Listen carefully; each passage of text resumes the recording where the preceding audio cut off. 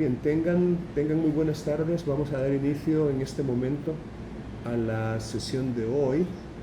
Y como siempre, voy a ver si puedo proyectar en pantalla los contenidos que se han preparado para ustedes.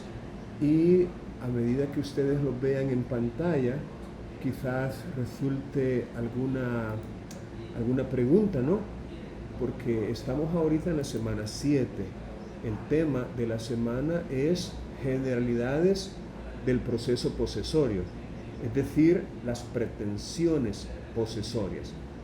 De hecho, esta asignatura se titula Procesos Especiales Civiles y Mercantiles. Y han de recordar ustedes que los procesos especiales regulados en nuestro código son 4, comenzando con el proceso ejecutivo, que podríamos decir que ya lo analizamos, ya estudiamos el proceso especial ejecutivo. Hoy nos corresponde, en este bloque de aprendizaje, analizar 2 procesos especiales más, comenzando con el proceso posesorio y después, en este mismo bloque, vamos a analizar el proceso de inquilinato. Y en el bloque 3 vamos a analizar el proceso monitorio. Esa es la manera en que está estructurada esta asignatura. Entonces, vamos entonces a comenzar, digámoslo así, con algunas generalidades del proceso posesorio. Y para ello, aquí tenemos algunas indicaciones. Vamos a ver si las podemos leer. Después de habernos familiarizado con los procesos, con los actos procesales del proceso ejecutivo, nos corresponde ahora analizar los actos procesales del proceso posesorio. Déjenme checar. Aquí estamos. Ok.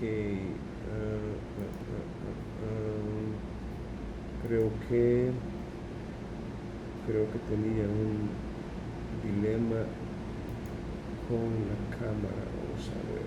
Aquí está.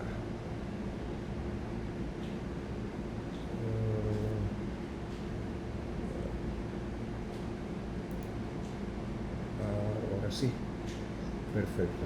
Bien, les decía que en esta semana vamos a analizar todo lo que tenga que ver con las generalidades del proceso posesorio.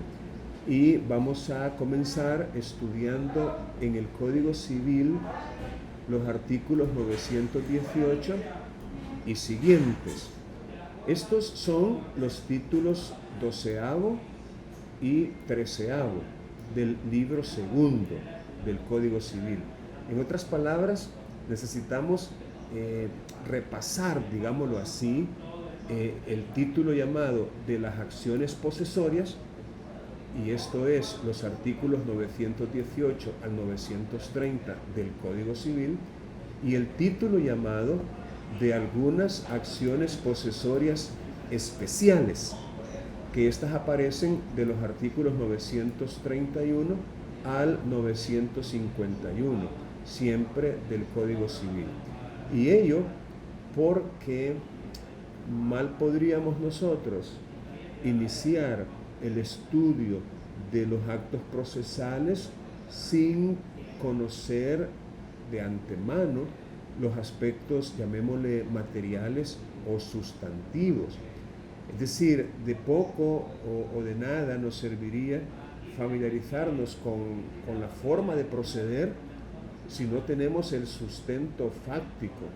Es decir, si desconocemos, por vía de ejemplo, cuándo es que deben instaurarse acciones posesorias. Y obviamente resulta, digámoslo así, como necesario, resulta indispensable analizar primero los aspectos sustantivos, y eso es lo que se pretende en la presente semana. Es necesario, como se dice aquí en esta indicación, conocer los aspectos sustantivos relacionados con las pretensiones posesorias, para luego, o sea, después entrar al estudio de los aspectos ya procesales o adjetivos. Ahora bien, ustedes han estado trabajando ya con una actividad consistente en la elaboración de un cuestionario de preguntas abiertas que ustedes mismos han elaborado y que han insertado en una actividad de Canvas con sus correspondientes respuestas. Entonces, lo que vamos a hacer hoy es que cada uno de ustedes va a tener a la mano de esas preguntas que ya elaboró, por lo menos 2 a la mano. Y yo le voy a dar, digamos, la palabra, el turno. Usted apertura su micrófono y formula una de esas 2 preguntas. Y si queda tiempo, pues vamos a ver si podemos completar una ronda y luego iniciamos una segunda ronda para la segunda pregunta. Entonces, eso es lo que vamos a hacer hoy. Es decir, en la videoconferencia, como se dice en la indicación, entre todos, daremos respuesta a las preguntas que formules, lo cual será evaluado formativamente. Es decir, recuerden que uno siempre está como pendiente, ¿no?, de cómo es el desempeño de cada quien, el nivel de participación, y de esta manera pues uno va también tratando de mejorar el proceso. También se le pide que lea las lecturas complementarias para que pueda usted tener un panorama completo de este tema. Y así tenemos aquí, por ejemplo, esta investigación que si usted hace clic en ese botón, le aparece un archivo PDF que usted pues podría perfectamente estudiar descargándolo si fuera necesario. Déjenme ver que no tengo, aquí está. Este es un trabajo de investigación de algunos estudiantes de la Universidad de El Salvador que de una manera muy puntual, muy concreta, muy clara incluso, explican sobre la posesión, las acciones posesorias, el proceso posesorio tal como se regula en el Código Procesal Civil y Mercantil, de tal manera que este es un documento que les puede resultar muy útil a ustedes. Y también está, por supuesto, en el Código Procesal Civil y Mercantil comentado la parte relacionada con los procesos posesorios. Es decir, este autor, Óscar Antonio Canales Cisco, explica también el aspecto, llamémosle, procesal, que nos interesa también conocer. Tenemos aquí un artículo de Alessandri, Somarriba, Bodanovic sobre la posesión. Este otro es un documento que usted necesita de alguna manera leer y tratar de comprender para que su conocimiento de estos temas pueda resultar completo y que no se quede con vacíos, llamémosle así, doctrinarios. Así que, y bueno, por supuesto la presentación de la semana, que es la que ustedes tenían que utilizar como base para el cuestionario con el cual han estado trabajando.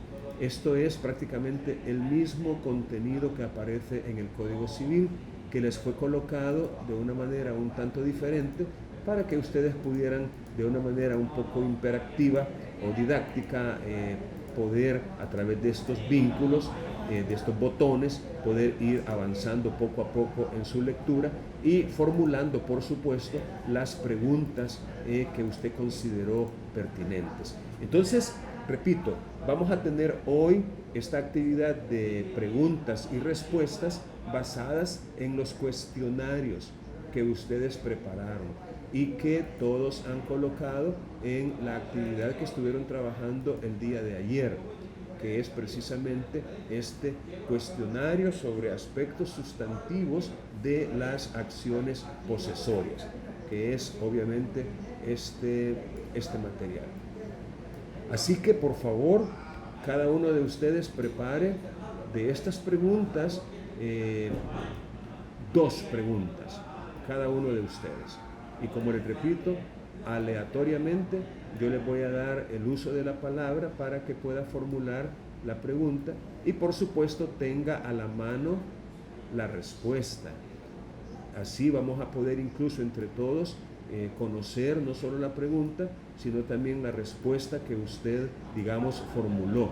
Y podría ser también motivo de algún comentario o incluso algún cuestionamiento. Van a disculpar el ruido externo que tengo aquí, pero estoy ahorita en la universidad y hay personas aquí que tal vez no están hablando con voz muy baja. Pero bueno, ni modo. Ok, ¿alguna pregunta en cuanto a la dinámica de la actividad? Bien, Seado, yo tengo una duda. Dígame. Yo hice las preguntas, pero creo que no se pueden volver a ver cuando las enviamos, ¿verdad? Porque yo no dejé, ¿cómo le digo? En un documento aparte las preguntas y las respuestas, sino que solo las envié. Y si me meto otra vez al cuestionario, no dice que aparece, no es tan visible para el estudiante. Bueno, lo que pasa es de que el cuestionario se cerró. El Ajá. cuestionario se cerró. Si quiere, yo puedo abrirlo ahorita en la parte que usted trabajó. Regáleme Ajá, para su sacar apellido, las dos preguntas. regáleme su apellido. Girón Ramírez. Vaya, aquí está, mire. Este es el cuestionario con el que usted trabajó. Allá. ¿Cuál es el objeto de las acciones posesorias? Y aquí está la respuesta. Mencione ejemplos y aquí está la respuesta. O sea, sí está bien, está de acuerdo con las indicaciones que le habían sido dadas, que es la posesión, y aquí está también la respuesta. No, me parece que está bien. Lid, Sí, dígame. fíjese que en ese caso sí serían varios los que no le tomaron fotos ni los dejaron en otro documento. Entonces yo lo que le propongo es que usted aleatoriamente abra un examen, como usted tiene la facultad de abrirlo. Entonces que lo abra y elija una de las preguntas. No, mire. Usted acaba de trabajar este cuestionario. Yo no creo que usted, por el tiempo que ha pasado, no recuerde de las 30 o no sé cuántas preguntas logró hacer, digamos que hayan sido 12, 18, 25, 10 que hubieran sido. O sea, lo que yo quiero es que usted ahorita, de las preguntas que formuló, o vaya, dejemos de lado las preguntas, que usted aprenda a preguntar. Es decir, esa también es una herramienta muy útil en el ejercicio de la profesión del abogado. Es decir, saber hacer preguntas. Y a veces nosotros necesitamos exponernos ante experiencias de aprendizaje que nos motiven a formular preguntas. Entonces, yo lo que quiero ahorita es que usted, cuando yo le diga, vaya, dígame cuál pregunta tiene, usted haga la pregunta y nos puede compartir la respuesta y entre todos vemos si está bien, si le podemos agregar algo más o qué sé yo, y así podemos ir a través de preguntas y respuestas familiarizándonos con el tema objeto de estudio, que son las pretensiones posesorias, tal y como aparecen reguladas en el Código Civil, ¿verdad? Entonces a mí nada me costaría, como dice usted, abrir el cuestionario aleatoriamente, venirme aquí donde uno de ustedes y decir, pero no es eso lo que yo quiero ahorita.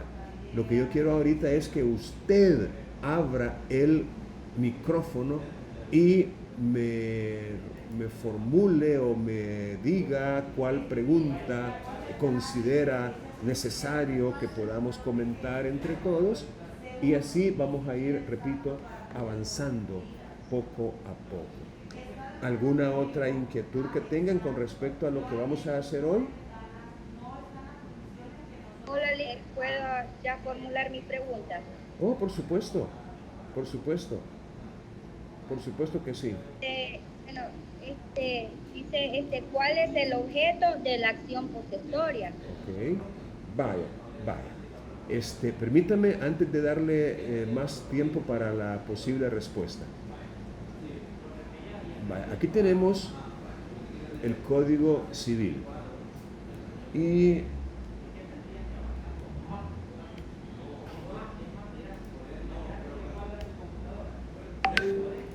efectivamente tenemos, déjenme poner esto con una letra un poquito más legible para ustedes.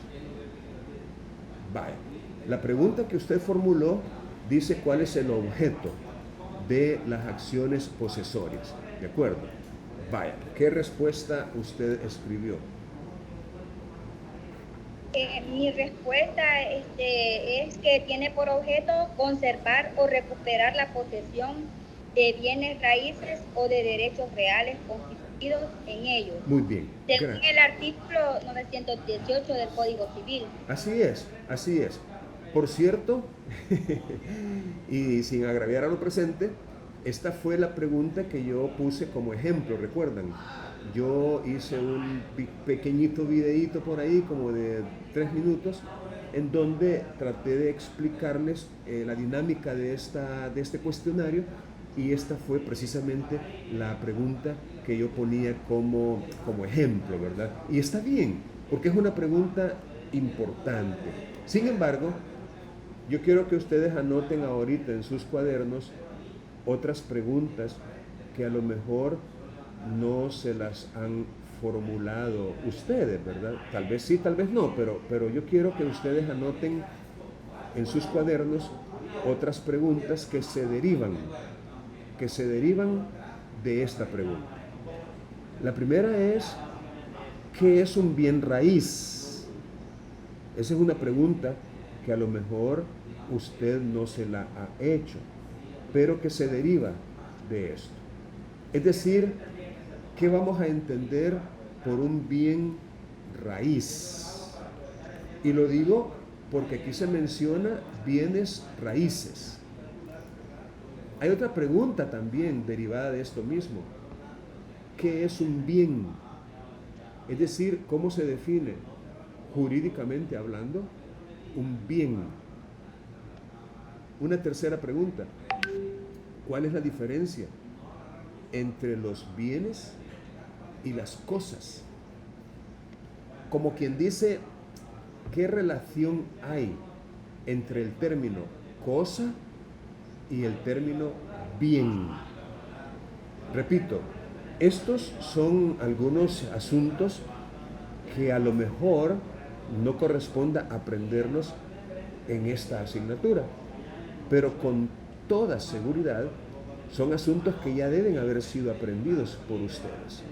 De tal manera que cualquiera de ustedes, por el mismo nivel académico alcanzado hasta este momento, ya sabe, o, pues con todo respeto, ya debería saber qué es esto. Es decir, qué es cosa, qué es bien, cuál es la relación que hay entre cosas y bienes, y luego qué son bienes raíces. Otra pregunta, ¿qué es un derecho real? Bueno, es más, hay una pregunta previa, ¿qué vamos a entender por derecho? Es decir, ¿qué es un derecho? Y luego, ¿qué es un derecho real? Otra vez, porque aquí dice derechos reales.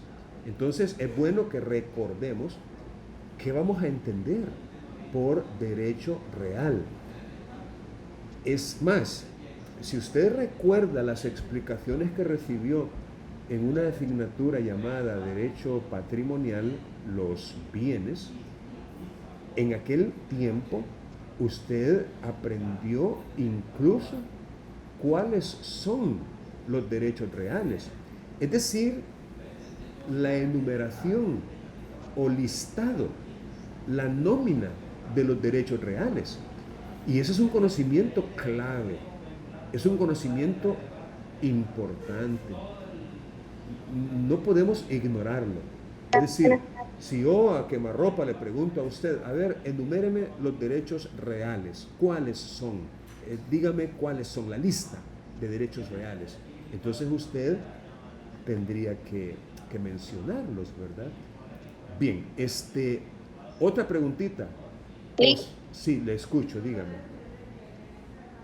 Otra pregunta que también yo considero que es bastante importante es la que se encuentra en el artículo 919, la cual sería en qué consisten las servidumbres inaparentes o descontinuas.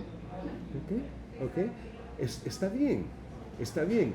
De hecho, si nosotros hacemos lo que se conoce como un análisis conceptual, vamos a extraer de estas disposiciones normativas, de estos artículos, vamos a extraer conceptos y los vamos a colocar aparte y vamos a ir recordando o buscando el significado o la definición de esos conceptos, porque en eso consiste aprender, en eso consiste, en descubrir el significado, el sentido, el alcance del objeto de estudio. Y en este caso nuestro objeto de estudio es la ley, es decir, disposiciones legales que aparecen en este caso en el Código Civil. Luego vamos a ver las que aparecen en el Código Procesal Civil y Mercantil. Es decir, y vamos a través de la lectura y a través de su estudio y de su repaso, vamos a tratar, repito, de aprender qué es lo que las leyes tienen que decir o tienen para enseñar. Entonces, sin embargo, antes de pasar al artículo 919 y a esa otra pregunta que usted formulaba, me gustaría que continuemos con este análisis conceptual porque no lo hemos terminado, no lo hemos concluido. Una siguiente pregunta, y si ustedes han ido anotando, estoy seguro que ya llevan como ocho preguntas adicionales, es posesión. ¿Qué vamos a entender por posesión? Y aquí entra en juego lo que les decía yo, que hay algunos materiales que han sido compartidos con ustedes y que les pueden servir. Mejor los voy a buscar directamente aquí, creo que los tengo más rapidito. Aquí está la posesión, el proceso posesorio, estos tres.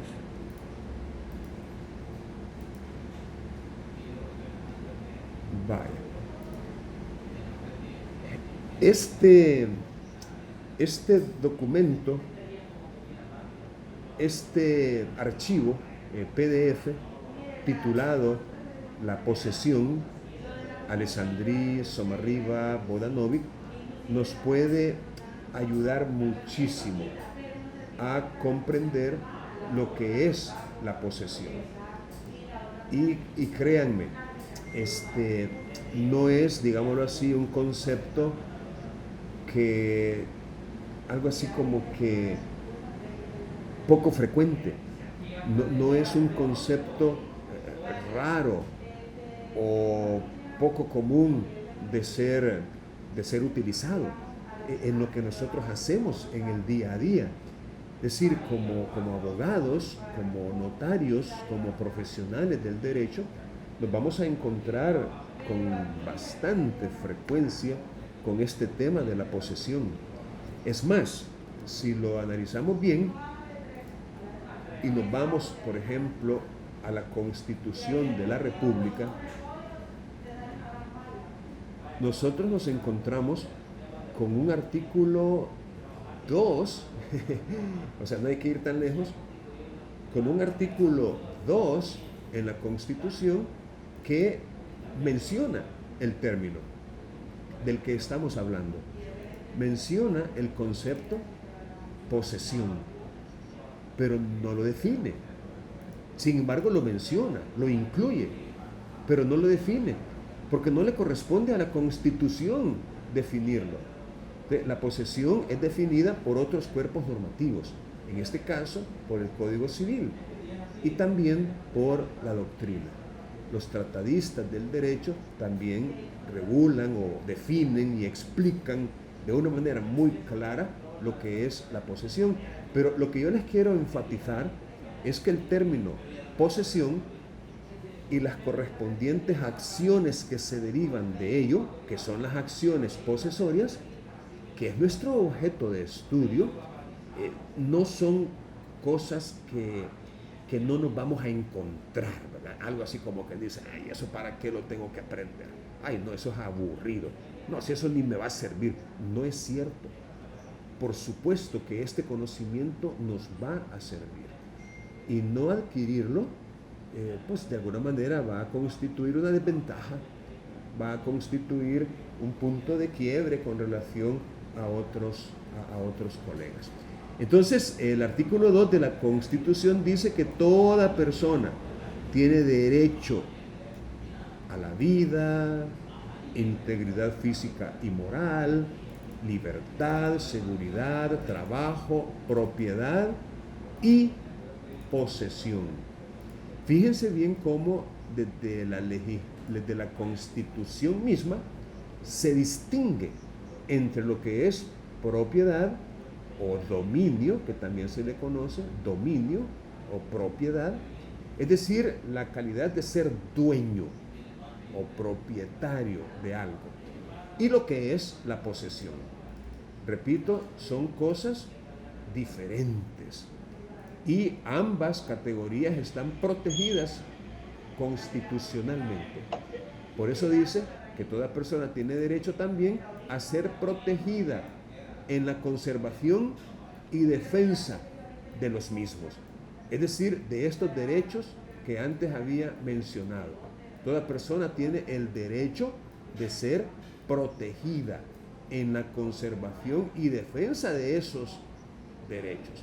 Entonces, con eso en mente, lo que yo les quiero decir es que el tiempo que usted invierta en aprender estas cosas le va a reportar mucha ganancia, mucha utilidad. Así que no deje de apartar pues un tiempo para estudiar estos temas. Bien, volviendo al artículo 918, que es del cual estamos haciendo un análisis conceptual. Aquí habla de conservar, recuerdan la Constitución, ¿verdad? Decía, en la conservación. Y aquí también habla de recuperar la posesión de bienes raíces o conservar o recuperar la posesión de derechos reales constituidos en los bienes raíces. Bueno, recuerden, los bienes raíces son aquellos que están de tal manera unidos al suelo que no se pueden separar de él sin perder su fisonomía, sin perder su esencia. Es decir, un bien raíz, por eso se llama también inmueble, porque no se puede mover, porque de moverse dejaría de ser el bien que es y pasaría a ser un bien mueble, que se puede mover, mueble, que se puede mover, inmueble, que no se puede mover. Entonces, los bienes raíces son aquellos que están inseparablemente adheridos o unidos al suelo, de tal manera que no se pueden separar de él sin perder su fisonomía, sin perder su naturaleza. Entonces, las acciones posesorias, repito, en el caso que nos ocupa, trata de bienes raíces o derechos reales constituidos en ellos. Con respecto a esto de los derechos reales, también tenemos una definición legal. Aparece en el artículo 567 del mismo Código Civil. Aquí está, miren. Las cosas incorporales o derechos se dividen en reales y personales. Y aquí está la definición. Derecho real es el que se tiene sobre una cosa, sin referencia a determinada persona. Miren, déjenme hacer un pequeño paréntesis, una pequeña pausa para tratar de sondear en realidad cómo están ustedes con relación a este tema. Pregunto, ¿ustedes tienen clara la diferencia entre un derecho real y un derecho personal? Es una pregunta que les hago. Es decir, ¿han estudiado este tema de tal manera que resulta para ustedes claro comprender cuando estamos en presencia de un derecho real y cuando no? Lo digo porque imagínense que seguimos avanzando, y ustedes no tienen los cimientos, los fundamentos, es decir, los presaberes que resultan indispensables para poder comprender lo que sigue, lo que viene. Así que yo les pregunto, porque si usted me dice, no, mire, Lick, mejor explíquenos un poquito, yo con gusto lo hago. Pero si no me dicen nada, pues entonces yo voy a continuar. Lick, y las cosas incorporales las podríamos mencionar como las cosas intangibles, o sea, algo que no puedo tocar. Sí, esa es la idea cuando menciona el término incorporal, es decir, que no tiene cuerpo, que no tiene materia, que no tiene, digamos, tangibilidad, es intangible. Una cosa incorporal, repito, es una que no tiene forma, que no tiene, que no se puede tocar, no se puede percibir con los sentidos, únicamente con la imaginación o con el intelecto. Entonces, efectivamente, por eso le dice que también se llaman derechos, porque los derechos no se pueden tocar, no tienen cuerpo, son intangibles, los derechos. Es decir, es una categoría, ¿por qué no decirlo?, espiritual o abstracta o en todo caso inmaterial, los derechos. Y, según este artículo, los derechos pueden ser reales o pueden ser personales. Y sigue, derecho real es el que se tiene sobre una cosa. Ustedes han de recordar que el término real proviene del latín res, R-E-S, res, que significa precisamente cosa. Por ejemplo, república, el término república, en su etimología significa la cosa de todos, la cosa común, la cosa pública, república. Es decir, tiene esa connotación de cosa pública. Entonces, el derecho real se tiene de manera directa, inmediata, sobre una cosa, sin referencia a determinada persona. Es decir, la relación que se da en el derecho real es entre el titular del mismo y la cosa, objeto de ese derecho. A diferencia del derecho personal, que también se define en el mismo artículo, solo que en el siguiente inciso, en el inciso final. Dice que los derechos personales son los que solo pueden reclamarse de ciertas personas. De allí su nombre, derecho personal, porque ese es aquel que usted puede hacer efectivo solo con relación a determinada persona. Miren la diferencia. El derecho real se tiene sobre una cosa sin referencia a persona alguna. Es decir, se tiene sobre la cosa con un carácter erga omnes, no sé si también recuerdan esa frase, esa expresión, erga omnes, significa con respecto a todos. El derecho real es pues absoluto, es general, se tiene con relación a todos. ¿Por qué? Porque se tiene directamente sobre la cosa. Pero el derecho personal, ese no, ese solo se puede reclamar de personas específicas, de personas determinadas, de personas ciertas que, por un hecho suyo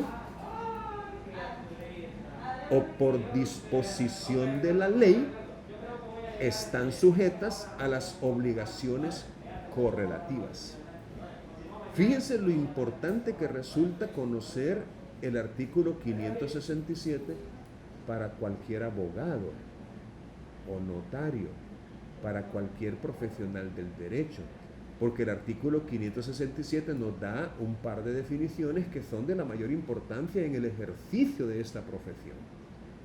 Dice aquí que el derecho personal es correlativo de la obligación. Todos ustedes han estudiado y aprobado la asignatura de las obligaciones y por ende todos ustedes conocen el significado del término obligación. Significado, por supuesto, jurídico, no llamémosle vulgar o popular, no, significado jurídico. Entonces, en este artículo nos está diciendo que los derechos personales son correlativos de las obligaciones, porque así lo dice, están sujetas estas personas a las obligaciones correlativas. Esto pues se explica de una manera muy gráfica con una moneda. Los autores ilustran la relación entre derecho personal y obligación diciendo que es comparable con una moneda. Una moneda tiene dos lados, dos faces, dos caras. En una cara aparece una figura y en la otra aparece otra, pero es la misma moneda. Eso sí, vista desde lados distintos. Entonces, en el caso del derecho personal y la obligación son las dos caras de una misma y única moneda. De un lado vemos la obligación y de un lado vemos el derecho personal. De un lado está el deudor y del otro lado está el acreedor. De un lado es un pasivo, es una carga, es un gravamen, es una desventaja económica. Del otro lado es un activo, es un beneficio, es una ventaja económica. Es decir, es algo que satisface un interés, una necesidad. Es decir, son, repito, los dos lados de una misma moneda. Ahora, ¿por qué traigo todo esto a cuenta? Porque las acciones posesorias tienen por objeto conservar o recuperar la posesión sobre los bienes raíces o sobre los derechos reales constituidos en ellos. Entonces, si usted desconoce o no recuerda el concepto de derecho real, entonces digamos que no estaría muy completo su aprendizaje de las acciones posesorias, precisamente por no tener muy claro o muy presente en su memoria lo que son los derechos reales o cuáles son. Y así es como este artículo 567, que tampoco es difícil de recordar, miren, 5, 6, 7, o sea, ¿cómo lo va a olvidar? 5, 6, 7, es decir, no se le puede olvidar, 5, 6, 7. Aquí dice cuáles son los derechos reales y los enumera taxativamente, es decir, no hay más. Esta es la lista única de derechos reales que hay. de acuerdo con nuestra legislación. Derechos reales son dominio, herencia, usufructo, uso o habitación, servidumbre activa, prenda e hipoteca. Obviamente tendríamos que excluir la prenda, porque la prenda no recae sobre bienes raíces, solamente sobre bienes muebles. Pero por lógica consecuencia, tendríamos que excluir la prenda. Pero los demás sí recaen sobre bienes raíces y por ende son, ¿por qué no decirlo?, son objeto tutelable por las acciones posesorias. Porque, repito, de acuerdo con el artículo 918, que es el que nos trajo hasta aquí, las acciones posesorias tienen por objeto conservar o recuperar la posesión de bienes raíces o de derechos reales constituidos en ellos. Entonces, yo espero que con esta explicación ya usted sepa a qué se refiere pues el legislador cuando habla de derechos reales. Aquí tendríamos entonces que relacionar el artículo 567. Ahora, en el inciso segundo, dice que estas acciones se ventilan en juicio sumario y en la forma que se prescribe en el Código de Procedimientos. Aquí debemos, por supuesto, entender derogado esta parte. Derogado en el sentido de que no se ventilan ya en juicio sumario, ni tampoco en la forma que se prescribe en el Código de Procedimientos, por una simple razón, y es que el Código de Procedimientos fue derogado ya y entró en su lugar en vigencia el Código Procesal Civil y Mercantil, y tampoco se ventilan en juicio sumario, sino que se ventilan en proceso especial, en la forma que se prescribe en el Código Procesal Civil y Mercantil, que es lo que les decía yo, el artículo 471 y siguientes del Código Procesal Civil y Mercantil, que es el primero de los artículos que regulan los procesos posesorios. Aquí esto como que se me chispotea, pero aquí está. Bien, volvamos al Código Civil, y la compañera mencionaba otra pregunta que resulta del artículo 919 y que tiene que ver con las servidumbres. Miren, acabamos de ver en el artículo 5, 6, 7 que entre los derechos reales se mencionan las servidumbres activas.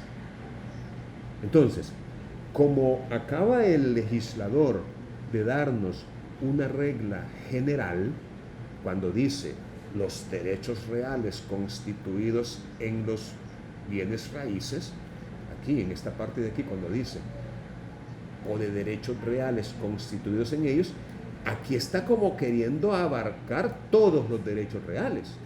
Y por eso es que el legislador se cuida de decir que si nos encontráramos con cosas que no se pueden ganar por prescripción, entonces no podrá haber acción posesoria con respecto a esas cosas que no se puedan ganar por prescripción. Vaya, miren, yo no quisiera tener un rol de el malo de la película, ¿verdad? Es decir, puya, este licenciado solo nos como que psicológicamente, o sea, no es mi intención que conste, pero yo quiero que ustedes hagan una reflexión. Mire, usted no puede decir con propiedad que estudia leyes que estudia derecho, que es estudiante de ciencias jurídicas, si al pasar sus ojos por artículos como este, no los logra comprender. O sea, yo quiero que usted me comprenda a mí también, ¿verdad? Es decir, yo quiero llamarle a la reflexión, en el sentido de que en las leyes se utilizan muchas palabras con un significado, llamémosle, consciente o con un significado intencionado. Es decir, cuando el legislador utiliza las palabras, podemos perfectamente presumir que el legislador las utiliza correctamente, que el legislador es instruido. A lo mejor él como persona no, digamos así, saltemos un poquito, digamos que él no, digamos que él es como elegido por su carisma, por su simpatía, porque es fotogénico, por las relaciones que pueda tener con el partido o con la gente, qué sé yo, pero que en definitiva no queda, le cuesta. Pero para eso pagan el montón de asesores. Es decir, cuando van a utilizar una palabra es porque la han como que dice, analizado bien y por eso la ponen en la ley. Bueno, entonces, a nosotros, por supuesto, nos corresponde como intérpretes de la ley en el momento de querer utilizar esas leyes para fundamentar una pretensión. En el momento de juzgar, bueno, algunos de ustedes van a ser jueces y van a tener que aplicar las leyes. Y que conste que lo que estoy diciendo de estos artículos se aplica a cualquier otro en cualquier cuerpo normativo, pues. Aquí lo que estoy diciendo se aplica no solo al Código Civil. A lo mejor el caso suyo sea el de alguien a quien el derecho civil no le va ni le viene, no le importa. Pues, derecho civil, ¿y eso qué es? O sea, podría ser. Vaya, entonces, digamos que usted está llevando asignaturas como esta, como que, bueno, ni modo, las tengo que llevar porque ahí están en el pensum, pues, como relleno. Pero mi pasión es el derecho constitucional. No, es que yo me voy a dedicar al derecho de familia.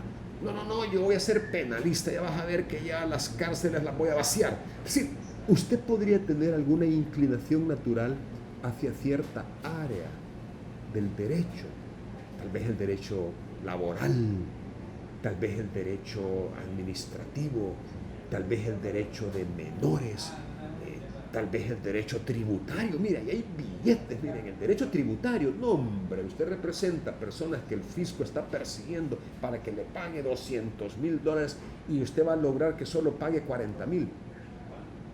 Y los otros 160, pues me da una parte a mí. Es decir, el derecho tributario, no sé, yo desconozco cuál es la inclinación que usted pueda tener, la vocación dentro de las ciencias jurídicas por un área en particular, o a lo mejor con un poco de suerte usted, su pasión es el derecho civil. Bueno, no importa. Lo que le quiero decir es que cuando usted se encuentre con una palabra cuya definición no conozca dentro del contexto en el que se está utilizando. Ojo, dentro del contexto en el que se está utilizando, porque usted no puede agarrar un término y descontextualizarlo, porque entonces no le va a dar resultado. Mírese, aquí hasta podemos hablar, usted va a una farmacia y pide cierta medicina y le dice, esto necesita prescripción médica. Necesita que un médico se lo prescriba. Madre, diría usted, prescripción, ¿se estará refiriendo a eso? ¿A una receta médica? Por supuesto que no. Servidumbre. La servidumbre, sí, hombre, es aquel sistema económico posterior a la esclavitud y previo al feudalismo, en donde las personas eran sometidas. o parte del feudalismo, no sé, el señor feudal y el siervo. O sea, también servidumbre se aplica para aquel contexto, pero no es este el contexto, no es ese el contexto aquí, sino que es otro. Entonces, lo que le quiero decir es que la actividad que yo les dejé de formular preguntas es para eso, es para que usted valore la conveniencia de extraer de los cuerpos normativos aquellos términos, aquellas cuestiones que resulten desconocidas o que no están tan claras que digamos, y en base a ese ejercicio académico usted pueda pues progresar en su formación, en su aprendizaje. Miren, yo no puedo estar aquí con ustedes artículo por artículo haciendo un análisis exegético de cada artículo, de cada inciso, de cada palabra y estárselas explicando una a una. No, eso escapa a los propósitos de una actividad como esta. Repito, no es esa la idea, pero sí me parece necesario que yo trate de mostrarle a usted la manera en que usted puede lograr su propio aprendizaje, construir su propio aprendizaje, porque eso es lo que se necesita. Personas que no dependan de otro para aprender, sino que puedan aprender por sí mismos. Eso es lo que se conoce como aprender a aprender. Y es por ello que yo hago este énfasis. No me vayan a malinterpretar, no se vayan a enojar conmigo, no vayan a pensar que soy yuca, que soy estricto, que conmigo no se puede. No, porque no es esa la intención. Bien, dicho eso, aquí dice cómo, en otras palabras, está tratando de darle un ejemplo de cosas que no pueden ganarse por prescripción. Entonces, la tarea del estudioso, la tarea del estudiante que se posiciona en el nivel estratégico, no en el resolutivo, que el resolutivo apenas alcanza para pasar, pero o bien en el autónomo o bien en el estratégico. La tarea o lo que ese estudiante hace es ir un poquito más allá. Y en este caso concreto de lo que tengo en pantalla, pues preguntarse, chispas, aquí menciona las servidumbres inaparentes o discontinuas como un ejemplo de cosas que no pueden ganarse por prescripción. Pero, y aquí se hace la pregunta, aparte de las servidumbres inaparentes o discontinuas, ¿qué otras cosas no pueden ganarse por prescripción? Eso nos lleva a, como que dice, a una actividad de investigación bibliográfica. O sea, usted ya tiene que ir a un texto que le explique, que trate lo que es la prescripción, y allí es donde usted va a encontrar cuáles cosas se pueden ganar por prescripción y cuáles no. Porque repito, aquí lo que le está dando este inciso es tan solo un ejemplo. ¿De acuerdo? Entonces, usted, al pasar por este artículo y por este inciso, pues tendría que haberse hecho esa pregunta. ¿Qué cosas no pueden ganarse por prescripción? Claro, eso pasa primero por definir qué vamos a entender por prescripción, ¿no? Ya usted definió en el artículo anterior qué son las cosas cuando le dije que había que distinguir entre cosas y bienes. Ahora que ya sabe cuáles son las cosas y dentro de ellas cuáles son los bienes, ya en un paso más, en un paso superior, en un nivel superior, ya usted viene y dice, bueno, de entre todas las cosas, cuáles se pueden ganar por prescripción y cuáles no. Ya el artículo me está diciendo que las servidumbres inaparentes o discontinuas no. Vamos a ver si puedo mostrar. ¿Qué hora es? ¿Qué pasa aquí? Aquí estoy. Miren, aquí yo les había, en la presentación de la semana, yo les había puesto, aquí en esta parte de aquí, servidumbre discontinua, servidumbre inaparente. Eso nos remite a los artículos 824 y 825 del Código Civil. Aquí dice que una servidumbre continua es la que se ejerce o se puede ejercer continuamente, sin necesidad de un hecho actual del hombre, como otro caso en donde el legislador introduce un ejemplo, como la servidumbre de acueducto por un canal artificial que pertenece al predio dominante. Aquí nos está dando un ejemplo de una servidumbre continua. Es decir, nos la define diciendo que la servidumbre continua es la que se ejerce o se puede ejercer continuamente. De ahí su nombre, continua, sin necesidad de un hecho actual del hombre. Es decir, sin intervención humana actual. Claro que no haya intervención del hombre, porque la hubo en la preparación de este canal artificial. Pero una vez que preparó el canal artificial, ya no hay un hecho actual, sino que es el agua la que corre por ese canal artificial. Y esa servidumbre es una servidumbre continua. Y la discontinua es la que se ejerce a intervalos más o menos largos de tiempo. Es decir, mire, no es continuamente, sino que es a intervalos más o menos largos y supone un hecho actual del hombre, como la servidumbre de tránsito. ¿Cuál creen ustedes que es el hecho actual del hombre que supone una servidumbre de tránsito?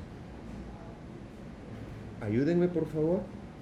¿Cuál es el hecho actual del hombre a que se refiere cuando habla de una servidumbre de tránsito? ¿Verdad que los pillé? Los agarré en curva.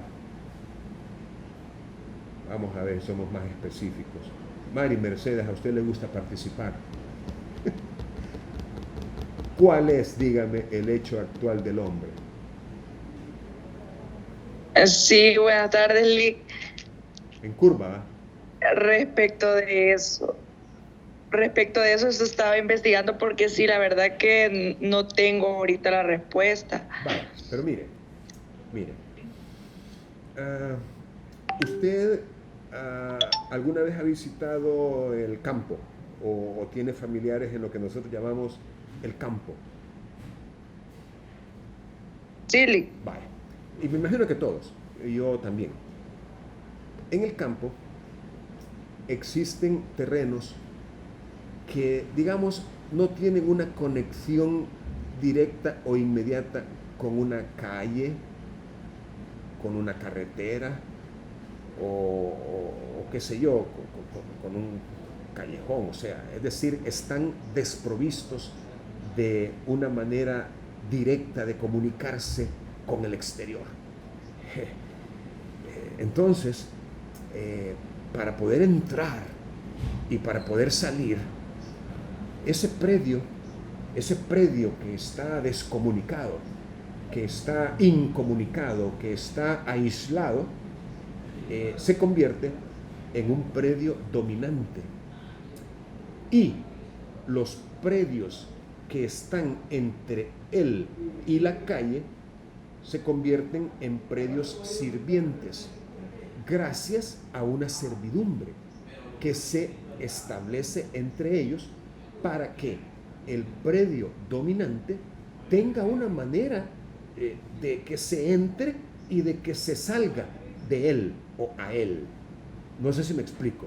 Es decir, una servidumbre de tránsito es precisamente una faja de tierra para que las personas que van a ir o a salir de aquel predio del que les hablé puedan hacerlo. ¿Ya? Pregunto, ¿habían oído ustedes hablar de eso? No, es que hay una servidumbre de tránsito, porque servidumbres hay no solamente de tránsito, ya vimos que también hay de acueducto, hay también de luz, es decir, hay otro tipo de servidumbres que no son de tránsito, pero la de tránsito es, como su nombre lo indica, para poder transitar por él. Entonces, dicho eso, ¿cuál sería el hecho actual del hombre en una servidumbre de tránsito? Y que ese hecho actual es a intervalos más o menos largos de tiempo. Les voy a dar la respuesta, ya que ustedes tienen dificultades para encontrarla. Sería caminar. Caminar. O sea, porque cuando está caminando es cuando está utilizando la servidumbre de tránsito. Es decir, no es algo que se esté ejerciendo continuamente, como el agua que va fluyendo por un canal artificial o acequia, sino que es que él va a intervalos más o menos regulares, a veces cortos, a veces largos, pero va desplazándose, ya sea a pie, en carreta, en vehículo, pero va utilizando la servidumbre. ¿De acuerdo? Ok. En el 825 encontramos la servidumbre aparente y su opuesta, la servidumbre inaparente. La aparente es aquella que está continuamente a la vista. Fíjense bien, aparente porque está a la vista. Y nos da un ejemplo. La de tránsito, cuando se hace por una senda o por una puerta especialmente destinada a él, que normalmente ese es el caso general. Es decir, hay una senda, hay un camino, hay una faja de terreno definida, delimitada, ya establecida, por donde se pasa. Esa es la servidumbre. Es decir, normalmente es aparente. Pero podría ser que no tengamos una señal exterior que nos permita tenerla continuamente a la vista. Y en ese caso sería inaparente. Como ejemplo, la misma servidumbre de tránsito, pero que no tiene una senda o una puerta especialmente destinada. Es decir, podría ser que la servidumbre se ejerza por cualquier lado. Por eso es inaparente, porque es de tránsito, se le permite entrar y salir, es decir, pasar por ahí, pero sin que haya una puerta o una senda, un sendero, un pasaje, un camino ya marcado. Recuerden que incluso cuando uno va pasando por un lugar, las mismas pisadas van dejando la marca, pues el zacate no crece allí. Y ahí se logra ver por dónde va la pasada, la servidumbre. Pero podría ser que no tenga una puerta o una senda, en cuyo caso es una servidumbre inaparente.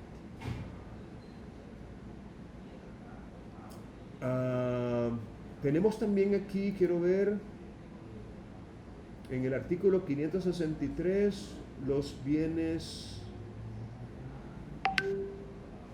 muebles. Creo que lo menciona aquí, 563. En el 919 del Código Civil nos remite al artículo 563, que nos menciona cuáles son los bienes que por su naturaleza son muebles pero que están adheridos, quiero ver, y que son destinados inmediatamente al cultivo de una finca, en cuyo caso son accesorios de un inmueble, artículo 563. Bueno, con esto lo que yo les he querido ilustrar es que a veces, para poder comprender el significado de un artículo, tenemos que remitirnos a otros artículos, como en este caso. Ejemplo, servidumbre inaparente, pues tenemos que ir a buscarlo. Servidumbre discontinua, igual tenemos que ir a buscarlo. Accesorios de un inmueble, pues tenemos que ir al 563 para poder comprenderlo. Bien, ¿alguna otra persona que quisiera compartir alguna de las preguntas, especialmente aquella que a lo mejor usted la formuló, pero la respuesta no la tenga muy clara y a lo mejor amerite una explicación, así como lo hice con las servidumbres inaparentes y las discontinuas?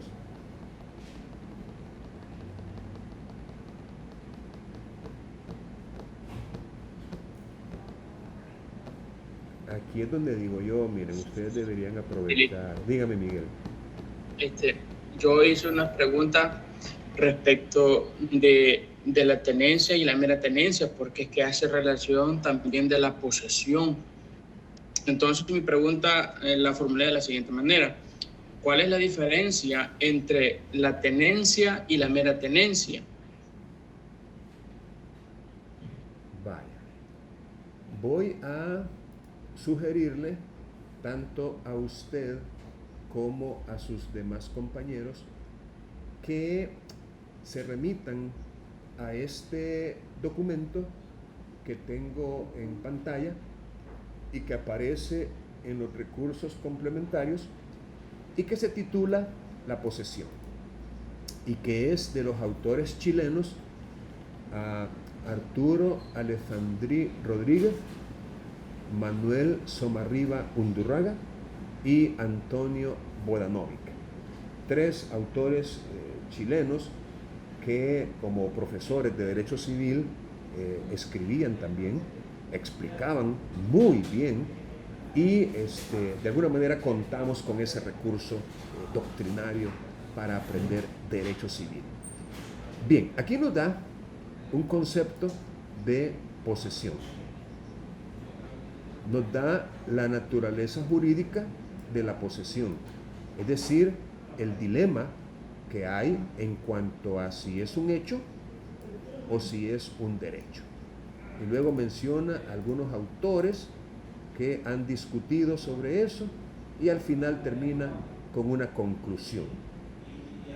La posesión es un estado de hecho protegido por el derecho.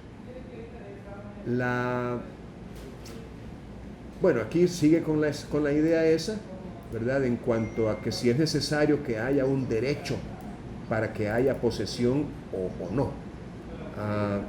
Miren, les explico.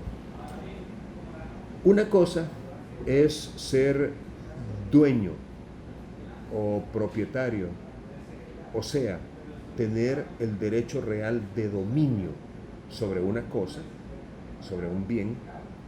Una cosa es ser, repito, el dueño, y otra cosa es ser poseedor. Y todavía otra cosa es ser mero tenedor. Y todavía otra cosa es ser detentador. Les explico. A veces el dueño es también el poseedor y por ende el tenedor del objeto. En la mayoría de los casos podríamos decir que el ser dueño y el ser poseedor y por ende tenedor equivale o corresponde o se funden en una misma persona. Pero, y aquí viene el pero, a veces no. A veces el dueño no tiene la posesión, porque la posesión la tiene otra persona distinta. Fíjense lo que les estoy diciendo, porque resulta muy importante. Es más, se los voy a, como quien dice, a robustecer esta idea con un artículo en el Código Civil que habla precisamente de la acción de dominio o reivindicación. Yo creo que aquí está. Aquí está para no ir tan lejos. Bueno, en el artículo 891 del Código Civil inicia este tema de la reivindicación. Miren, esta palabrita, escríbanla varias veces en sus cuadernos hasta que se familiaricen con su pronunciación y con su escritura correcta. Porque he visto yo a algunos colegas que no, digamos, no saben cómo se escribe la palabra y muchas veces lo ponen de una manera diferente. Entonces, la palabra correcta es así como está aquí en el código: reivindicación. Reivindicación. Como es una palabra que es tal vez no muy común en nuestro lenguaje cotidiano, entonces muchas veces no lo escribimos o no lo decimos bien. Entonces, por favor, familiarícense con el término: la reivindicación o acción de dominio.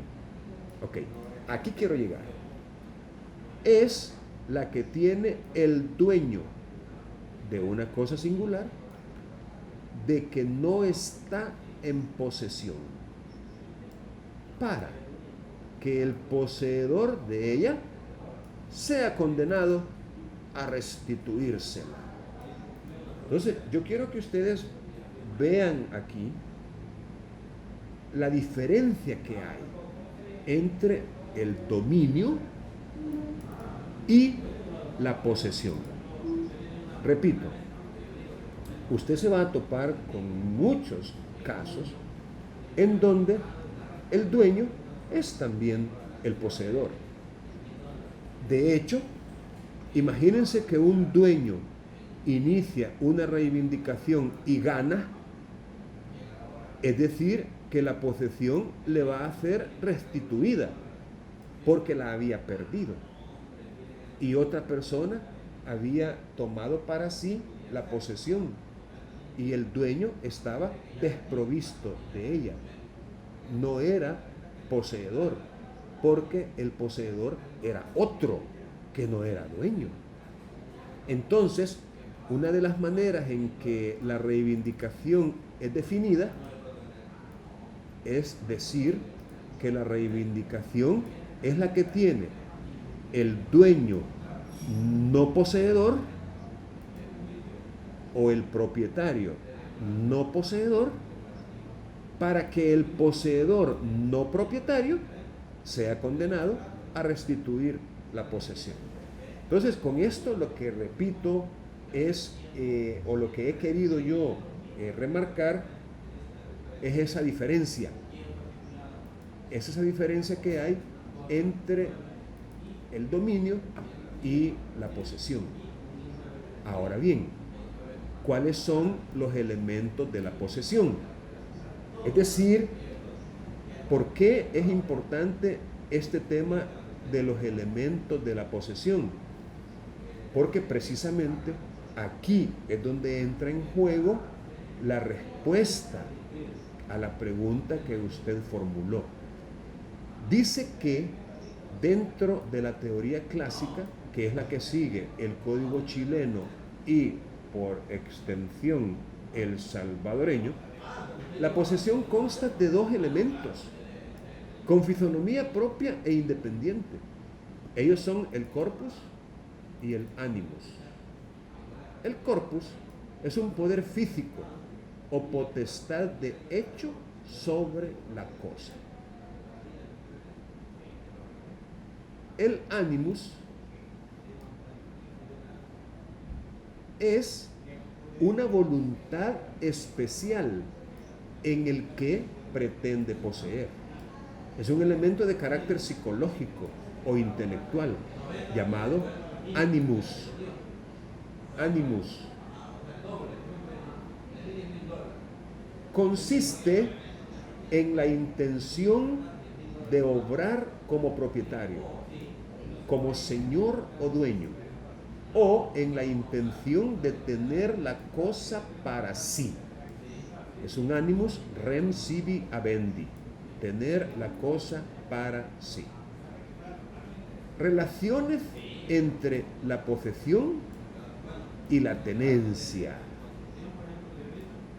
La relación posesoria, que es la que se establece entre una persona y la cosa sometida a su poder, puede presentarse en dos formas diferentes, como posesión y como simple detención o tenencia.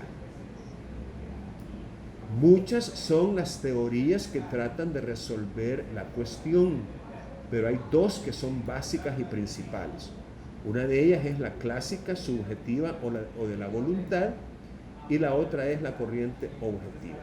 Bueno, esto es lo que yo, por supuesto, le recomiendo que ustedes puedan leer para poder comprender, digamos, en una manera más amplia y más clara este asunto. Pero lo que yo les puedo decir en relación con la pregunta que usted formuló es lo siguiente. Mire, un arrendatario, pongámoslo como ejemplo, un arrendatario, por supuesto, de un bien raíz. El arrendamiento es un contrato que produce derechos personales, es decir, no es un derecho real el que tiene el arrendatario, es un derecho personal. Ese derecho consiste en poder utilizar la cosa sobre la cual el derecho recae. O mejor dicho, consiste en que el arrendador o arrendante le permita, sin estorbo, sin molestia, sin obstáculo alguno, la utilización del objeto para el uso a que está normalmente destinado o para el uso convenido contractualmente. Pongamos, por ejemplo, un terreno que se lo alquilan para que siembre. Ese es el uso a que se destina ese terreno o el uso convenido. Un terreno que se alquila para que en él paste ganado. Un terreno que se alquila para que en él se estacionen vehículos. Un inmueble que se alquila para que en él viva el arrendatario. Es decir, son destinos múltiples. Un terreno o bodega para que en él se almacenen productos. Es decir, los destinos pueden variar según las necesidades que se tengan. Ok. El arrendatario, pregunto, tiene cierto poder, cierto control, puede válidamente hacer ciertas cosas en el objeto que está o que le ha sido arrendado, ¿cierto? Por ejemplo, puede, ¿por qué no?, limpiarlo previo a la siembra, puede sembrarlo, puede abonar los cultivos, puede regarlos, puede quitarles la maleza o echar fertilizante o abono o insecticidas y eventualmente puede recoger la cosecha. Es decir, tiene poder de acción sobre el objeto que le ha sido dado o entregado en arrendamiento. Y que, por cierto, cualquiera que ignora la existencia de un arrendamiento podría pensar que a lo mejor es dueño, a lo mejor es el dueño y por eso actúa de la manera que lo hace. Pregunto, ¿usted sabe si los compañeros, estos compañeros suyos, viven en casa propia o viven en casa alquilada? ¿A quién le importa? Yo no sé si ustedes de aquellos que andan preguntando, mira vos, hijo, vivís en casa propia, resulta hasta ofensiva la pregunta, es decir, no suena bien que usted le pregunte a un compañero, a un amigo, a un compañero de trabajo, de escuela o de universidad, mira, vos vivís en casa propia. No, es chocante la pregunta, no le importa. Ahora, a lo que quiero llegar es, pregunto, ¿el arrendatario es dueño de ese objeto que le fue entregado en arrendamiento? No, Claro que no, es arrendatario. Él sabe que tiene un contrato, ya sea escrito o verbal, no importa, contrato siempre hay. Porque no se ven ustedes a confundir pensando, fíjese que yo llegué a esa casa pero sin contrato. ¿Cómo que sin contrato? Llegó sin contrato escrito, pero desde el momento en que pactó con otra persona, mira, te alquilo, ¿sí? ¿Cuánto querés? Dame tanto, dame las llaves, y usted entró legalmente. No es que se encontró las llaves tiradas y las recogió y luego entró. A usted le dieron entrada. O sea, hay contrato. Claro, que no se consignó por escrito. Ese es otro rollo. Esa es harina de otro costal. Pero no sea usted de los que dicen, es que no hay contrato. ¿Cómo que no hay contrato? Por supuesto que lo hay, porque contratos los hay escritos y los hay verbales. Entonces, el arrendatario sabe que tiene un contrato.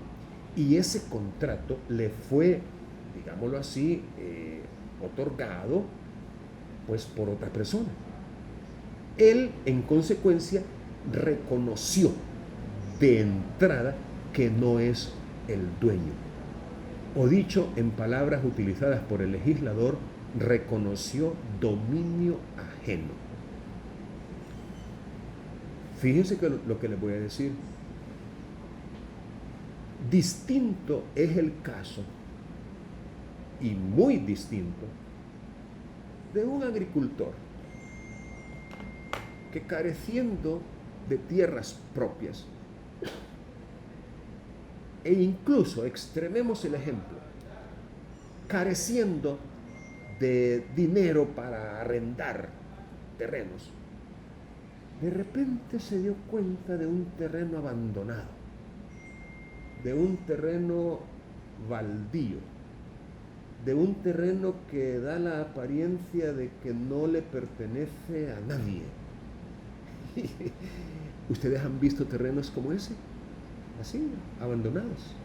Los hay, aquí en San Miguel, en la ciudad, los hay. Ya lo digamos en el campo. Entonces, viendo esa coyuntura, viene este agricultor, este jornalero, este campesino, y pues comienza a trabajar el terreno. Digamos que es una manzana o media manzana, o 200 metros cuadrados, no importa, es un terreno ajeno, pero él vio una oportunidad y la tomó. Y dijo, bueno, pues voy a ver qué pasa. Y comenzó a trabajar. Pasó una semana, nadie le dijo nada. 2 semanas, 1 mes. Bueno, dijo, voy a arar. Comenzó a arar, comenzó a regar, comenzó a sembrar. Híjole, cruzó los dedos, ojalá todo me salga bien. Pasaron 6 meses, pasó 1 año, pasó 2 años, pasaron 5 años, pasaron 8 años, y él es lo mismo, cada vez, es decir, cada año, cada cosecha, la postrera, no sé cómo le llaman los campesinos, es decir, comenzó a sembrar, comenzó a comportarse como dueño y en su mente comenzó a sentirse el dueño. Ahí sí, miren, ahí sí podemos con toda propiedad decir que ahí no hay contrato. Ahí no hay contrato. Allí no hay arrendamiento. Allí lo que hay es la toma hasta cierto punto. Fíjense bien, parece mentira lo que les voy a decir. Hasta cierto punto válida. La toma hasta cierto punto válida de una posesión sobre un inmueble.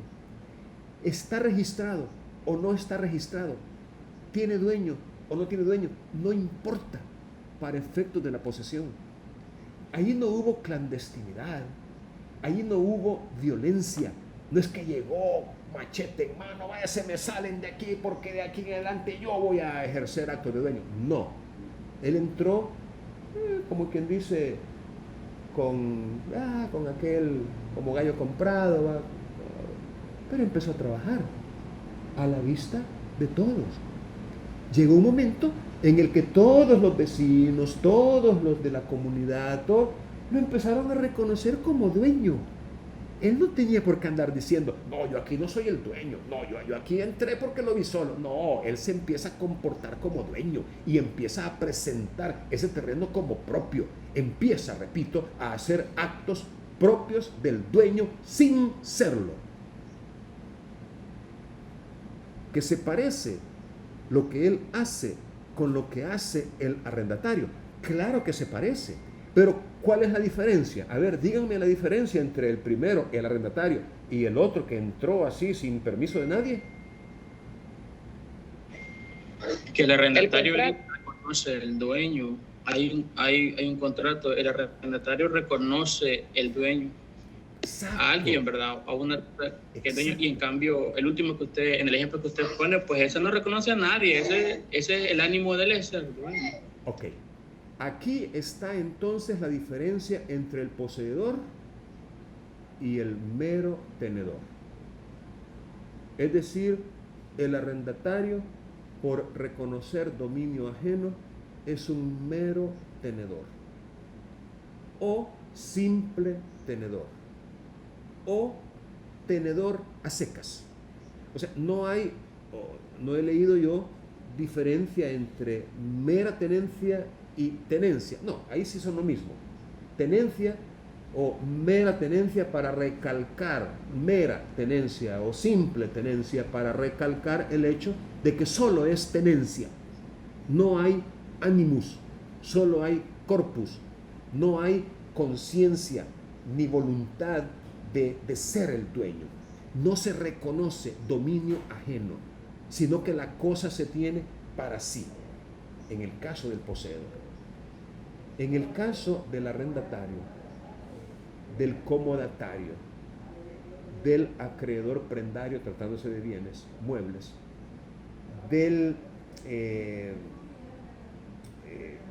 secuestre. El secuestre es otro ejemplo, aquel a quien se le entrega en depósito un bien raíz, secuestre. Esos son casos de mera tenencia. El título no es de posesión, sino, repito, de mera tenencia. Y con ello espero haber contestado su pregunta. Miren, jóvenes, aún. Sí. Sí, dígame. Yo tenía una duda con respecto a eso y hablando de la persona que se considera solo poseedor y no dueño, como menciona usted, había escuchado, corríjame usted si no es verdad, que sin ser el mero dueño podría pasar en una serie de años, ¿verdad? Digamos, creo que 10 años, a ser el dueño de verdad, no un poseedor, sino que un dueño. Así es. Por un modo de adquirirse el dominio de las cosas ajenas llamado prescripción adquisitiva o usucapión. Es decir, cuando un poseedor lo es por cierto lapso de tiempo, ese lapso de tiempo, unido por supuesto a la inactividad del verdadero dueño, que no hizo nada para recuperar esa posesión por todo ese tiempo, ahí se conjuga se conjuga los actos de dueño que hizo el poseedor con los actos de dueño que no quiso hacer el verdadero dueño. Es decir, quien lo manda a dejar pasar tanto tiempo sin decir esta boca es mía. No sé si me explico. Es como una especie de sanción para él por su dejadez, por su negligencia, por su inactividad, por quedarse de brazos cruzados y no haber hecho ningún acto que le permitiera interrumpir o perturbar o recuperar o en todo caso hacer sentir su calidad de dueño. Entonces, efectivamente, contestando su pregunta, claro que sí. Después de cierto lapso de tiempo, puede, obviamente, mediante una declaración judicial, una demanda en un proceso de prescripción adquisitiva, en donde se demanda al verdadero dueño y él prueba la posesión por todo ese tiempo, entonces puede lograr convertirse en el nuevo dueño. Y ahí no hay como que dicen, no hay más que hacer. O sea, si gana, gana. Y el que era dueño pierde y pierde. No hay para dónde. No hay para dónde. Entonces, eso es algo que también nosotros lo vemos mucho en nuestros países. Pues en países como El Salvador, vemos muchas personas que están como simples poseedores, no tenedores, sino poseedores, pero que todavía no son dueños. Y van a llegar a ustedes, a sus oficinas, a decirles, miren, yo quisiera ganar por prescripción este terreno del cual tengo ya 30 años, 40 años, 35 años, etc. Y ya usted va a seguir, obviamente, el trámite judicial correspondiente para lograr esa gestión, obviamente, en tanto sea cierto, ¿verdad? Porque vamos a partir de que es cierto, que ha hecho esos actos por ese tiempo. Bien, ya el tiempo nos llegó para finalizar, pero yo espero que a partir de explicaciones como esta, usted logre comprender que todavía hay mucho por aprender y los recursos están, ¿verdad? Yo entiendo que a veces ustedes con 5 asignaturas al mismo tiempo, a veces con trabajo, tanto en el hogar como fuera de él, yo entiendo que a veces resulta un poco pesado, un poco duro, pero hay que darle, hay que seguir, no hay que desmayar. Sí, le escucho. Solo quería hacer un comentario para ver si había comprendido bien.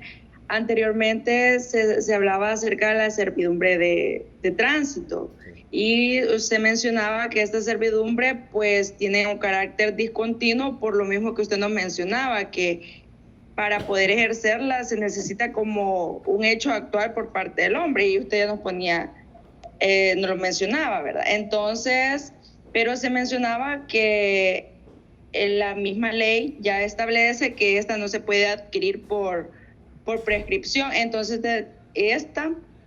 este tipo de derecho real, entenderíamos que solo puede ser adquirido por medio de título. Que me aclare si estoy en lo correcto. Sí, mire, lo que el artículo 919 nos está enseñando es que las acciones posesorias son las que tienen por finalidad o propósito conservar o recuperar la posesión, ya sea de bienes raíces o de derechos reales constituidos en ellos. Cuando nosotros nos vamos al 567 y aprendemos cuáles son los derechos reales, encontramos la servidumbre. Y podríamos en principio pensar que si usted es titular de una servidumbre, es decir, usted es el acreedor, digámoslo así, usted es el dueño del predio dominante, hablando, por supuesto, de una servidumbre. Entonces, resulta que como titular de ese derecho real llamado servidumbre, usted podría pensar que en cualquier caso puede utilizar acciones posesorias para conservar o recuperar la posesión de esa servidumbre. Viene el artículo 919 y le dice, mira, si tu servidumbre es inaparente o si tu servidumbre es discontinua, entonces me disculpas, pero en ese caso no vas a poder ejercer acción posesoria. Eso es lo que le está diciendo el artículo. Es decir, que si la servidumbre es inaparente o si la servidumbre es discontinua, entonces la acción posesoria no procede. Eso es lo que le está diciendo.